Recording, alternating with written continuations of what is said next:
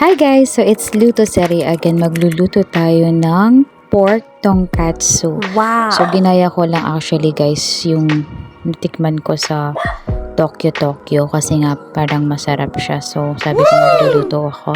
So ayan guys, bumili lang ako ng karne ng baboy and then yan, nilagyan ko lang siya guys ng toyo and then paminta.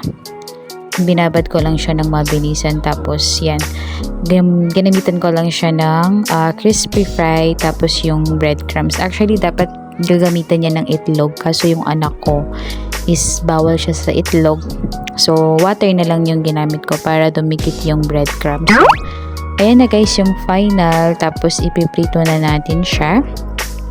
So parang ano lang talaga siya, pritong baboy or pritong baboy, kaso nga lang Wow! ito dapat mas masarap siguro pag binabad or minarinate mo na yung pork.